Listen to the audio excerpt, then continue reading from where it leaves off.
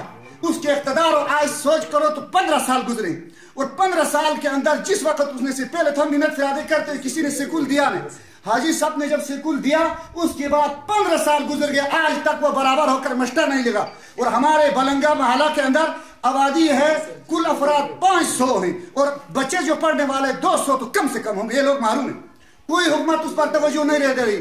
ہم نے D D کے پاس کیا، امیر دولفرے، اس نے کہا تمہارا سکول حکومت کے حوالے نہیں، جس سکول کو 15 سال حکومت اپنے حوالے نہ لے تو ہم ان سے کیا توقع کریں؟ ہم ان سے کیا توقع کریں؟ 15 سال میں آدمی بالغ اور جوان ہوتا ہے۔ 15 سال اگر پہلے ہماری تعلیم کی نظام ہوتی تھی، آج جو بالغ نظر آتے ہیں یہ افراد سب تعلیم یافتہ ہوتے ہیں۔ حکومت کے صرف دعوے ہیں، جھوٹی ہے حکومت، غریب کی تعلیم پر کوئی توجہ نہیں دے رہی ہے۔ آپ نالوں میں جا کر سکولوں میں دیکھو، کہاں ماسٹر نہیں، کہاں کسی دور سے ماسٹر وہاں مقرر کیا ہوا ہے، وہ مہینے میں ایک بار وہاں آ کر کبھی ڈیوٹی دیتا ہے کبھی نہیں دیتا۔ میں نے ایک مثال اپنے محلے کے سکول کو آپ نے بتائی، اور دوسرے بھی سکول سب کے سب اس طرح۔ تو اس کا علاج، اس کا ہم خود نہ کریں گے تو کون کرے گا؟ ہم خود اس کا کوئی نہ کوئی علاج ڈھونڈیں اپنے بچوں کو پڑھانے کا۔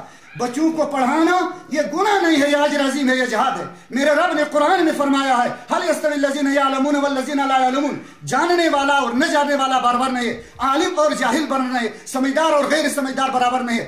یہاں اللہ رب العزت نے جاننا، کس چیز کو جاننا، صرف علم دین کو جاننے والے کو نہیں کہا، علماء جانتے ہیں، اس فعل کا مفعول حذف ہوا تعمیم کے لیے۔ جس علم کو جاننے والا ہے وہ نہ جاننے والوں سے بہتر ہے۔ ایک آدمی ترکھانی کا کام جانتا ہے، جو نہ جانتا ہے اس سے بہتر ہے۔ ایک ڈرائیور ہے جو ڈرائیوری کا کام نہیں کرتا اس سے بہتر ہے۔ رب جب قرآن کے اندر مدد کرتا ہے تو کون سے مولوی ہوتا ہے وہ اس کو روکے؟ یہ تو وہ جھوٹے پروپیگنڈا ہے، اس قوم کو جہل کے اندر کے سیٹنے کے لیے، ان کو جاہل رکھنے کے لیے حکومت یہ پروپیگنڈا کرتی ہے۔ جب قرآن منع کرتا ہے تو علماء اس تعلیم سے روکتے ہیں؟ کوئی نہیں روکتا ہے۔ یہ حکومت کی ویسی اچھا اس قوم کو جہل میں ڈوبا کر اسی طرح رکھنے کے لیے یہ ایک پروپیگنڈا ہے۔ ہم حکومت سے مایوس ہوئے، ہم اداروں سے مایوس ہوئے، ہم نے یہ قدم رکھا، اس اجتماع کو، اس تنظیم کی بنیاد رکھی، ہم 1 سال کے بعد اس نتیجہ تک پہنچے ہیں آج کہ آج ہم ایک بلڈنگ بھی لے رہے ہیں، پر جتنے افراد ہیں اس میں ان کے لیے رہائش مہیا کر کے ہم یہ چاہتے ہیں کہ نالوں سے جو بچے ہیں جو بے یار و مددگار لوگوں کے ہیں وہ آئیں، رہائش ہم دیں گے، وہ پڑھیں گے، پڑھ کر اپنی تعلیم حاصل کریں، اس نتیجہ تک پہنچا ہے۔ اور آگے بھی انشاءاللہ ہم تھوڑے سے حرکت کریں گے تو یہ ایک عظیم جہاد ہے۔ اس جہاد کرو تو ہم تو چلو چلے گئے ہیں جہل کے دھروں میں ڈوبے ہوئے، لیکن ہمارا نسل تو اس سے نکلے گا۔ جب تک ہم خود اپنے کو جہل سے نکالنے کے لیے کوشش نہیں کریں گے تو آسمان سے کوئی فرشتہ اتر کر ہماری مدد نہیں کرے گا، کوئی نبی آنے والا نہیں ہے، اور کوئی ان بے غیرت جو حکمران ہیں جو یہ ہماری مدد کبھی نہیں کریں گے۔ یہ یہی ہمیں غلامی میں، ہمیں جہل میں، ہمیں اسی کے اندر ڈبا کر رکھنا چاہتے ہیں۔ اس کے خلاف جدوجہد ہمیں خود کرنا ہے۔ ہم خود میدان میں اتریں گے، ہم اپنے مال سے، اپنی طاقت سے ہم میدان میں اتریں گے، اللہ ہماری مدد کرے گا۔ کسی کا کہاں سے اللہ رب العزت دل میں ڈالے گا وہ ہماری مدد کرے گا۔ میرے دوستو، انسان کے عزم سے، انسان کی ہمت سے، انسان کے اخلاص پر اللہ کے فیصلے ہوتے ہیں۔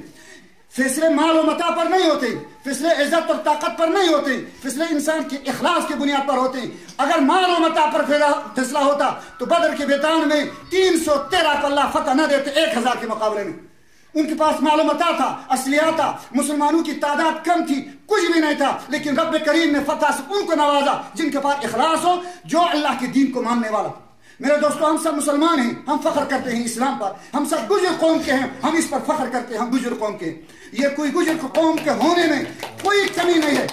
ہم غلط کام نہ کریں، ذلت کا کام اختیار نہ کریں، ہجرت کریں جس علاقہ میں تمہارا گزارا نہیں ہوتا تو۔ اللہ رب العزت نے ہجرت فرض اس لیے کیا، عزت نفس انسان کی جہاں محفوظ نہیں ہے وہاں سے نکلے، عزت نفس انسان کی جہاں محفوظ نہ ہو وہاں سے نکلے، دوسرے علاقے میں جاؤ، اللہ کی مدد طلب کرو، اللہ رب العزت مدد کرے گا۔ اس علاقوں میں ہماری عزت نفس بحال نہیں ہے، ہمیں تعلیم نہیں مل رہی ہے، ہم جب یہ گندم کا کام ہوتا ہے تو وہ تقسیم اپنے منمانی پر ہوتا ہے، ہمیں اس میں پورا حصہ نہیں ملتا ہے. اور یہ لوگ ہمارے جو علاقے میں غریب کے نام پر ریلیف لاتے ہیں اور باقی حکومت سے مراد لے کے وہ غریبوں کو نہیں پہنچتا ہے. وہ غریبوں کو اس مراحت کو حاصل کرنے کے لیے ہم نے یہ تنظیم قائم کی ہے، جس کو غریب کے لیے دینا ہے تو اسی تنظیم کو دو. یہ تنظیم تمام علاقوں کی نمائندگی ہے. بٹوگا کے لوگ یہاں موجود، مینار کے لوگ موجود، تھورل کے لوگ موجود، تھور کے اچھا مکھی لگا کے بڑگا کی اور حدود کے دار التنگیر، اس پورے ضلع دیامر کے یہاں نمائندگی موجود ہے. یہ تنظیم گجروں کی تنظیم ہے. جس بھائی کی اگر شکایت ہو تو ہم سے شکایت کر سکتا ہے، ہم اس کی شکایت کا ازالہ کر دیں گے. لیکن تنظیم ہماری ہے، اس تنظیم کے ساتھ سب جڑو. جس کا اعتراض ہو ہم اس کا اعتراض دور کریں گے، اس کو آپس میں لائیں گے. لیکن یہ تنظیم ہماری، ایک بات یاد رکھو، اس تنظیم کو ذاتی مفاد پر قائم مت کرو. ذاتی مفاد کو ترجیح دے دو اجتماعی مفاد پر. جو تنظیم کی منتظمین ہیں ان سے میری گزارش ہے، اپنے ذاتی مفاد کو کبھی بھی سامنے مت لو. ذاتی مفاد اللہ سے مانگو، وہ حل کرے گا. تم یہ خدمت خلق کرتے ہو، یہ بڑا باعث ہے تمہارے ذاتی مفاد حل ہونے کے لیے. تم اجتماعی مفاد کو ذاتی مفاد پر ترجیح دے دو. اسی لیے ہم نے تعلیم سے آغاز کیا ہے. ہم اس سے آگے مزید آگے بڑھنا چاہتے ہیں. آہستہ آہستہ یہ کام ہوگا. اخلاص کے ساتھ قدم رکھو. اللہ ہمارا معین اور مدد